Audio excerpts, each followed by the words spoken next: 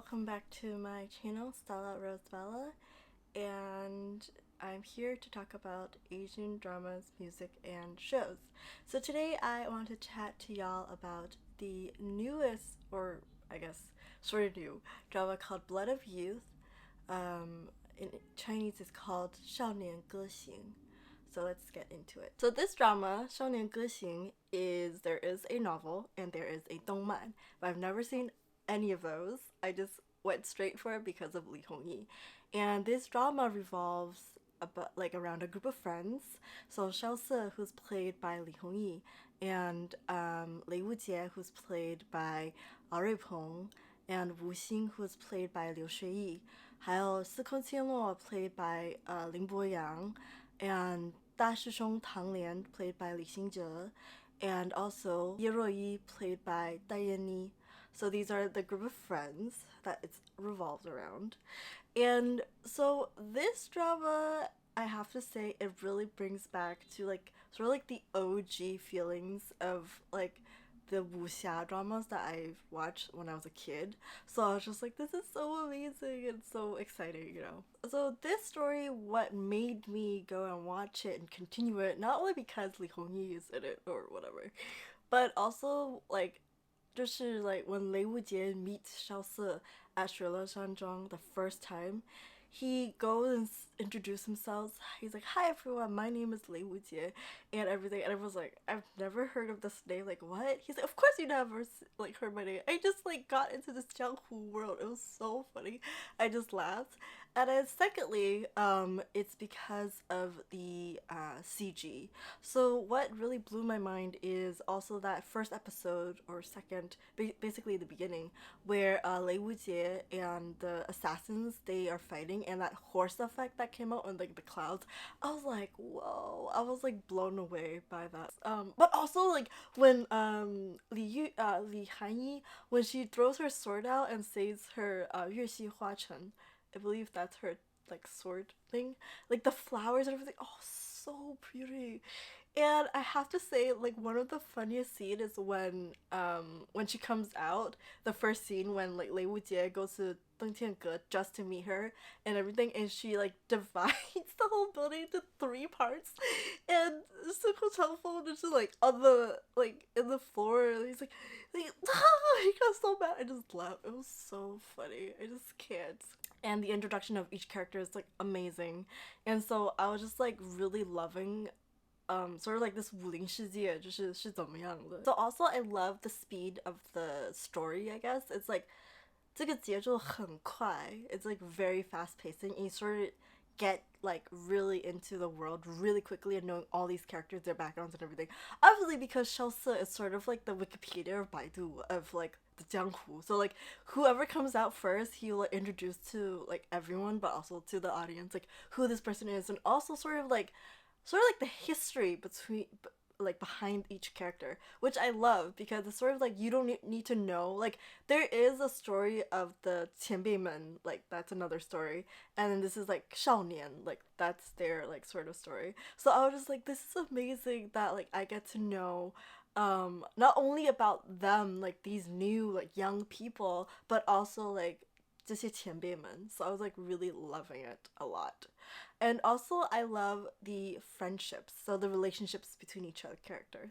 So Lei Wujie in particular, because he's sort of really excited into this new jianghu, and really want to know and sort of compete, and sort of who's better than me, and always trying to compete and find my status 不同的境界,就是the different levels that they have. And I was just this is so cute. As a friend that whatever happens or anything in danger or anything, he will be the first one to stand up. And Xiaose, obviously his relationship with all the characters, everyone knows it's a prince. I think in the beginning, because his character, he's been through a lot, and he's the way he sees the world, and just I want to say it's he lost stuff. I mean, I guess so he did, but also I feel there's so many things that he sees 比较淡了, 就是 yeah. But then I think because of he meeting Lei Wujie and all these people, he 就是比较燃起来, just he got this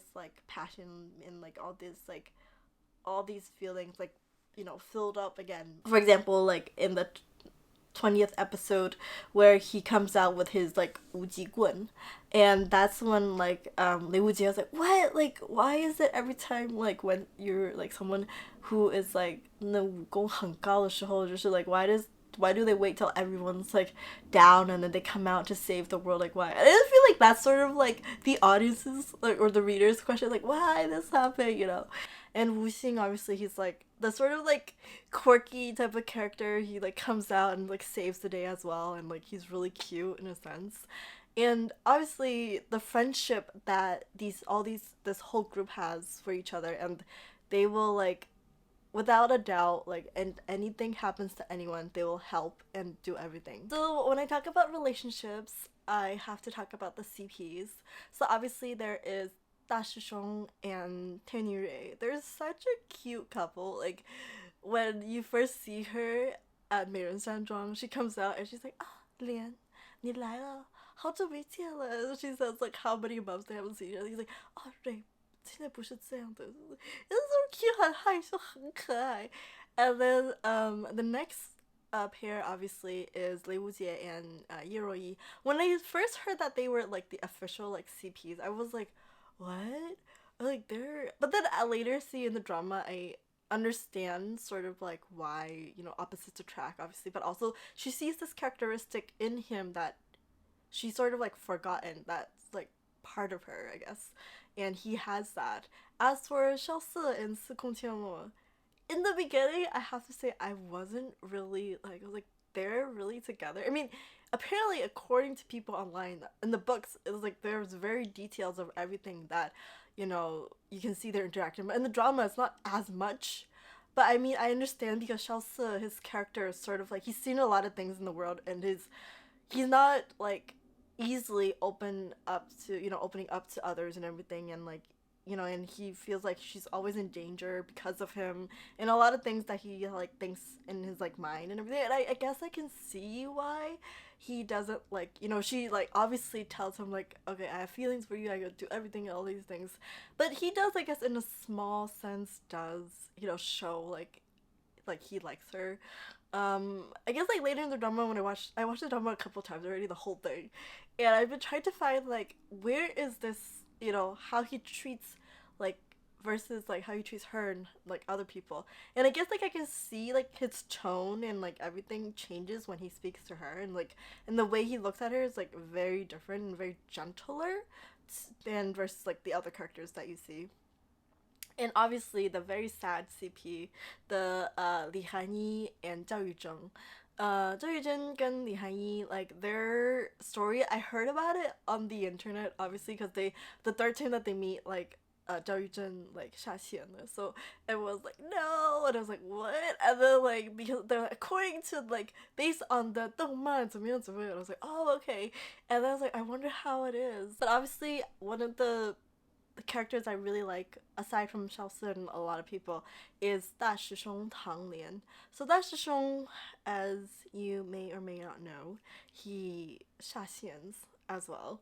And I think like this story, and also like if you watch like Chen Xingling, like 师姐 also like 下线 as well. And I was like 为什么这些师姐就是大师兄就是下线, like why, and so I guess like that is like really sad, but also like I guess the way that it was how the editing was done was like he is like one of the 天启四守护, and he helps, and like he's like fighting the 暗河他们, and like he sort of like he leaves this sentence where it's like 就是这帮人就是还没长大就不需要大师兄了.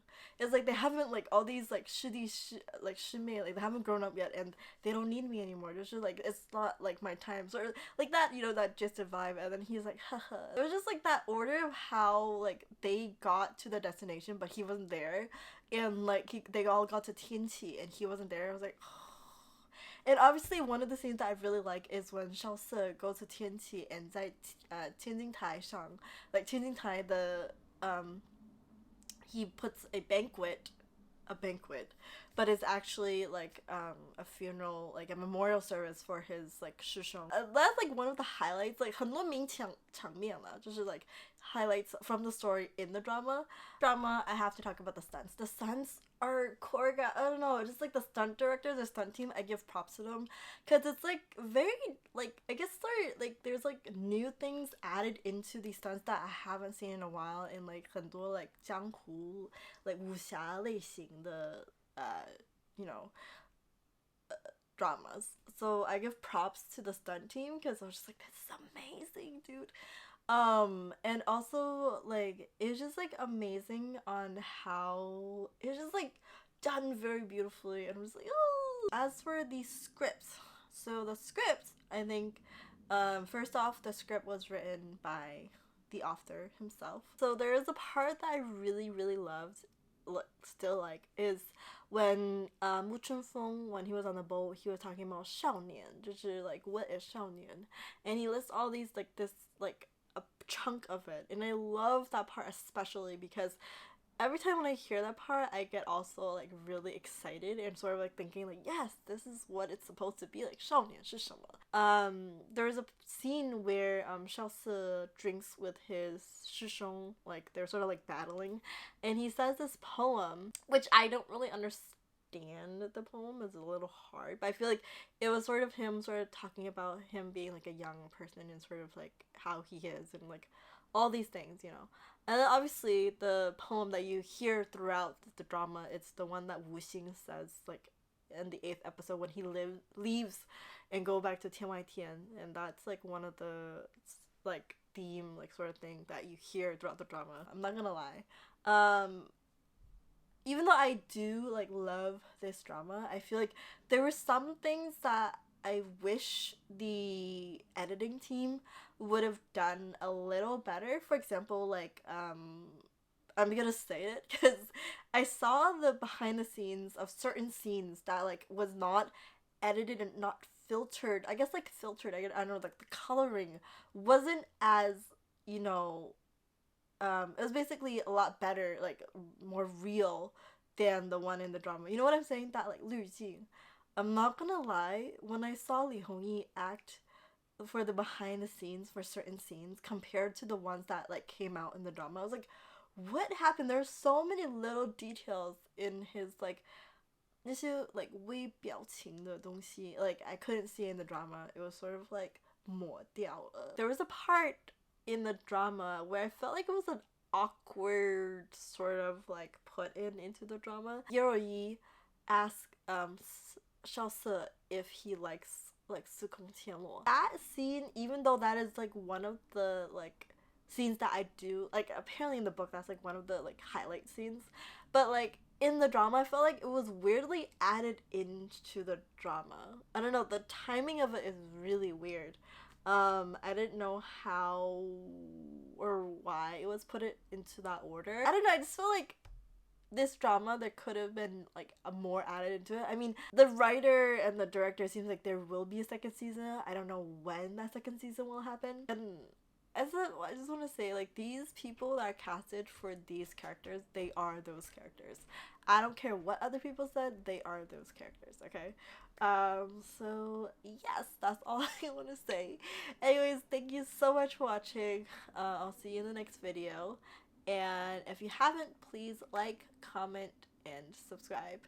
Please comment below your favorite scene, character, and certain, I guess, like, phrases or lines that stood out to you. Okay, see you in the next one. Bye!